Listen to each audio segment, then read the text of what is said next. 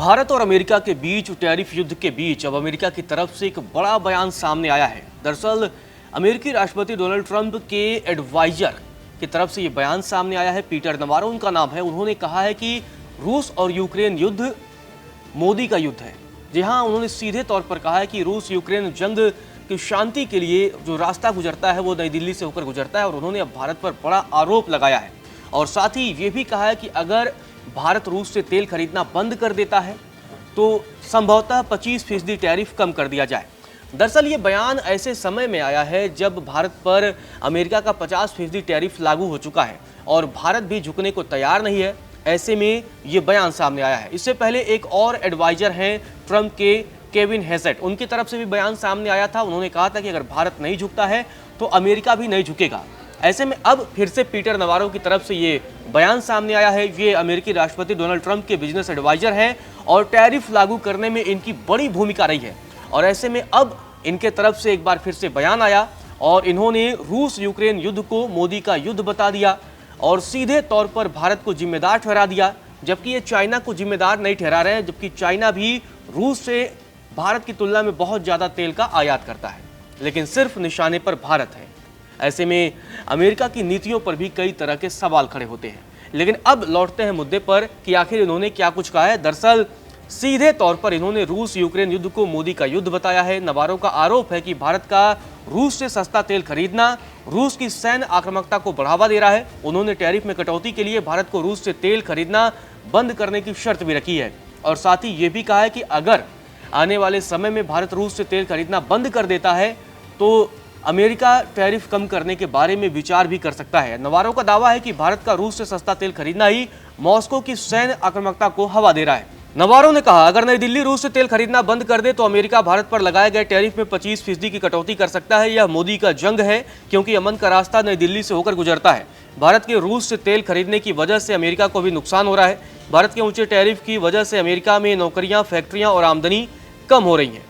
तो देखिए किस तरीके से नवारो इस तरह का दावा कर रहे हैं और कह रहे हैं कि भारत लगातार जिस तरीके से रूस से तेल खरीद रहा है उससे अमेरिका पर भी असर पड़ रहा है और अमेरिका में फैक्ट्रियां और नौकरियों पर भी इसका असर पड़ रहा है। इसी वजह से उन्होंने ये टैरिफ लगाया। साथ ही शर्त भी रख दी है कि अगर आने वाले समय में भारत रूस से तेल खरीदना बंद कर देता है तो निश्चित तौर पर अमेरिका टैरिफ को कम करने के बारे में सोच सकता है। नवारो ने भारत से कहा कि अगर वह रूस से तेल खरीदना बंद कर दे तो सीधे तौर पर तुरंत 50% टैरिफ को 25% तक कम किया जा सकता है। उन्होंने भारत पर घमंडी होने का भी आरोप लगाया है और नवारो की तरफ से कहा गया है कि भारत दुनिया का सबसे बड़ा लोकतंत्र है, उसे वैसा ही बर्ताव करना चाहिए। तो कहीं ना कहीं वो भारत को नसीहत भी दे रहे हैं, लेकिन भारत का रुख पहले ही क्लियर है। भारत अपने हितों से समझौता नहीं करेगा। भारत अपने देश के जो तमाम मध्यम वर्गीय के लोग हैं, किसान वर्ग के लोग हैं, उनके हितों से समझौता नहीं करेगा और ऐसे में भारत ने अपना रुख पहले ही क्लियर कर चुका है कि वो रूस से तेल खरीदना जारी रखेगा। आपको बता दें कि नवारो यही नहीं रुके। उन्होंने आगे कहा कि भारत का रूस से सस्ता तेल खरीदना मॉस्को को यूक्रेन के खिलाफ जंग में मदद कर रहा है, लेकिन भारत ने अपने रुख का बचाव किया है। आपको बता दें कि भारत लगातार इस तरीके के अमेरिकी प्रशासन के आरोपों पर पलटवार करता रहा है, जवाब देता रहा है। भारत का कहना है कि रूस से सस्ता तेल खरीदना उसकी मजबूरी है ताकि देश में तेल की कीमतें काबू में रहें और आम जनता को इससे राहत मिल सके। भारत ने अमेरिका के टैरिफ को अनुचित भी बताया था और कहा था कि वह अपनी संप्रभुता के तहत किसी भी देश से तेल खरीद सकता है। आपको यहाँ एक आंकड़े भी बताता हूँ। दरअसल भारत रूस से जो तेल खरीदता है और $63 प्रति बैरल भारत को उसकी कीमत अदा करनी पड़ती है, लेकिन अगर भारत रूस की जगह अमेरिका से तेल खरीदेगा तो प्रति बैरल उसे 63 की जगह $83 प्रति बैरल चुकाना पड़ेगा। तो $20 प्रति बैरल महंगा पड़ेगा। ऐसे में कहीं न कहीं अगर जब $83 प्रति बैरल खरीदा जाएगा तो उससे भारत में तेल की कीमतें और ज़्यादा बढ़ जाएंगी। इसी वजह से भारत रूस से सस्ता तेल खरीद रहा है। आपको बता दें कि नवारो से पहले ट्रंप प्रशासन में एक और अमेरिकी राष्ट्रपति डोनाल्ड ट्रंप के शीर्ष सलाहकार हैं। उनका नाम है केविन हेसेट। उन्होंने भी भारत को धमकी दी थी, चेतावनी दी थी और उन्होंने कहा था कि अगर भारत नहीं झुकता है तो अमेरिका भी नहीं झुकेगा। उन्होंने कहा कि अमेरिकी राष्ट्रपति ट्रंप भी नहीं झुकेंगे। उन्होंने ये भी बताया कि नई दिल्ली के साथ मौजूदा समय में जो रिश्ते हैं वो जटिल चल रहे हैं। आपको बता दें कि बुधवार को व्हाइट हाउस में उन्होंने पत्रकारों से कहा कि अगर भारतीय नहीं झुकते तो मुझे नहीं लगता कि राष्ट्रपति झुकेंगे। हेसेट ने आरोप लगाया कि अमेरिकी उत्पादों के लिए अपना बाजार खोलने में भारत अड़ियल रवैया अपना रहा है। साथ ही यह भी कहा कि अगर नई दिल्ली ने अपनी जमीन खोलने से इनकार कर दिया तो राष्ट्रपति ट्रंप अपना रुख और भी सख्त कर सकते हैं। तो कहीं ना कहीं और भी चेतावनी और भी धमकी देने की अमेरिका की तरफ से कोशिश की जा रही है।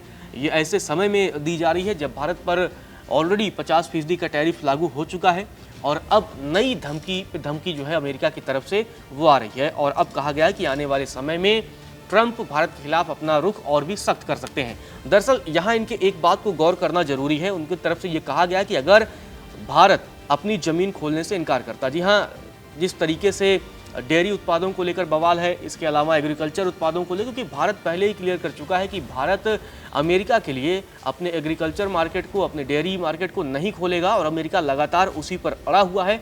और यही वजह है कि अब एक और धमकी सामने आ गई है। हेसेट ने भारत के साथ रिश्ते को जटिल बताया है। उन्होंने कहा कि इसका एक कारण वह दबाव भी है जो हम शांति समझौता करने और लाखों लोगों की जान बचाने के लिए रूस पर डाल रहे हैं। फिर भारत का हमारे उत्पादों के लिए बाजार खोलने का अड़ियल रवैया भी है। तो कहीं न कहीं रूस यूक्रेन युद्ध तो अपने आप में एक मुद्दा अमेरिका ने बना रखा है। तो जिस तरह भारत ने पहले ही अमेरिका को साफ कर दिया है कि वह अपने किसानों, अपने मछुआरों और अपने दूध पालकों के हितों से समझौता नहीं करेगा, उसके बाद से ट्रंप प्रशासन लगातार भारत को धमकियां पर धमकियां देने की कोशिश हो रही है। और आने वाले समय में अब किस तरीके से भारत की तरफ से और अमेरिका को जवाब दिया जाता है वो देखना भी दिलचस्प होगा। फिलहाल के लिए इस वीडियो में इतना ही।